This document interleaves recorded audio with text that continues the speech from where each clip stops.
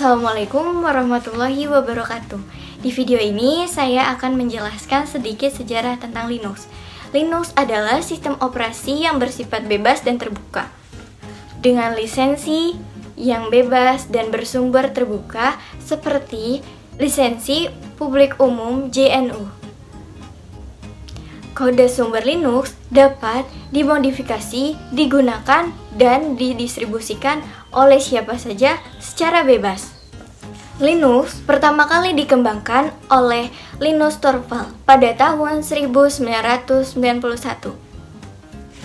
Linux juga didukung oleh perusahaan-perusahaan teknologi terkenal seperti Microsoft, Intel, Dell, Oracle Corporation, dan lain-lain.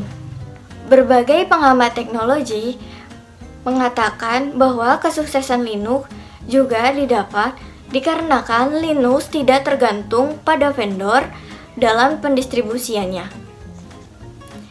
biaya operasional yang rendah, dan kompatibilitas yang tinggi dibandingkan sistem operasi Unix yang tidak bebas, serta faktor keamanan dan kestabilannya yang tinggi dibandingkan sistem operasi lainnya seperti Windows.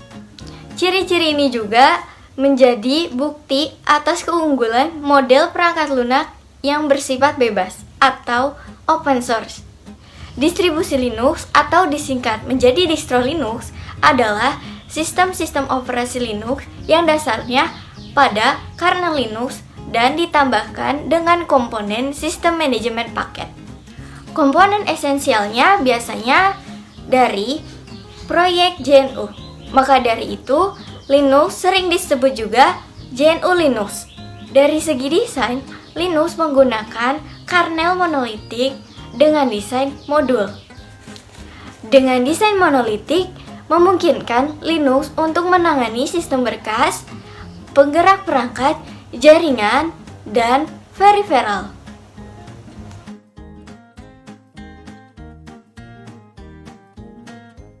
Tentang distribusi Linux yang pertama yaitu Arch Linux merupakan distribusi jenis rolling ledge yang ditargetkan pada pengguna Linux yang sudah berpengalaman. Arch Linux dikelola oleh komunitas. Yang kedua yaitu Ubuntu, merupakan distribusi yang paling populer yang berasal dari Debian, dikembangkan oleh perusahaan Canonical tersebut.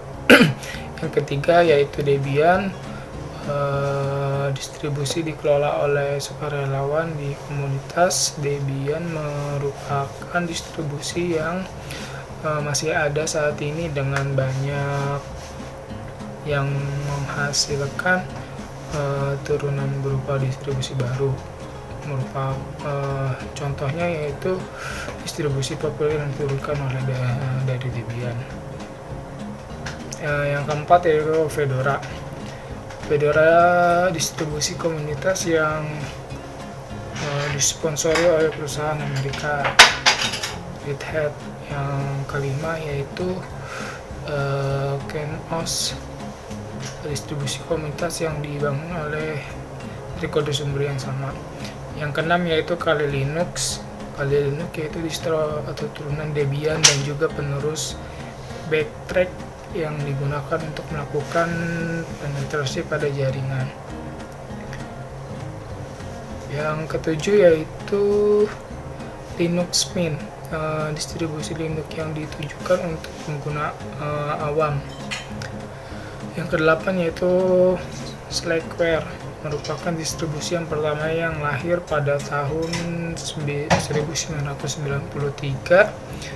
dan merupakan salah satu distribusi Linux tertua untuk saat ini.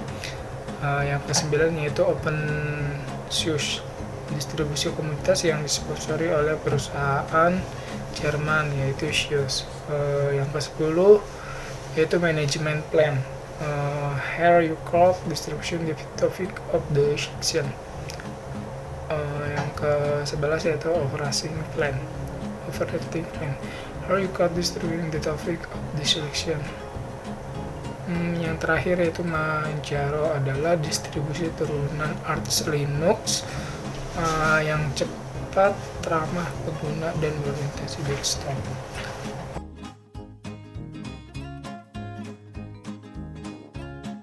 Di sini saya akan menjelaskan tentang sejarah dari Ubuntu.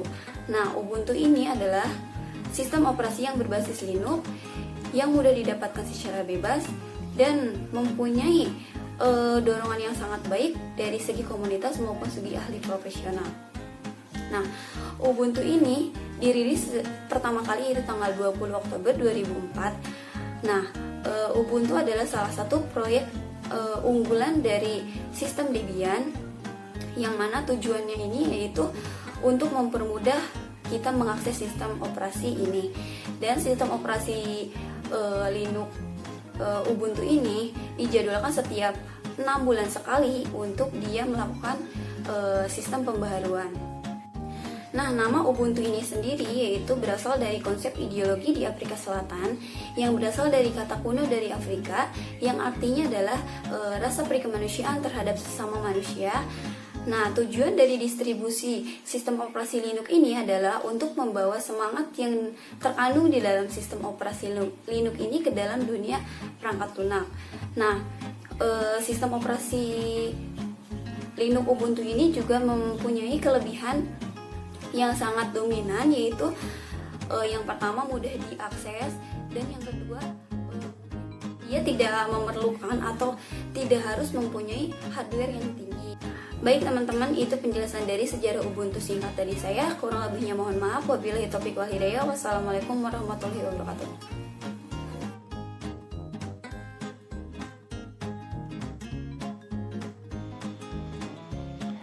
Baik, bersama saya Muhammad Fatih Syahadat. Saya dari TI 18C1. Saya ingin menjelaskan untuk persyaratan sistem Ubuntu. Jadi versi desktop Ubuntu sekarang sudah mendukung 32 bit dan 64 bit ya. Dukungan tidak resmi juga tersedia untuk PowerPC, beberapa handphone, dan juga PlayStation 3. Tapi Sony sudah mencabut dukungan dari Other OS pada tanggal 1 April 2011 lalu. Kebutuhan minimal untuk komputer server yaitu prosesornya minimal 300 MHz. Untuk memori sendiri 128 MB memori RAM-nya. Hard disk kosong atau ruang kosong itu 1 GB. Dan monitor resolusinya 640 x 480. Itu untuk komputer server. Dan untuk komputer desktop minimalnya adalah di prosesornya itu 700 MHz, memori RAM-nya 512 MB, hard disk ruang kosongnya 5 GB, monitor resolusinya 640 x 480. Penjelasan dari saya cukup sekian. Dilanjut ke teman saya, Afan.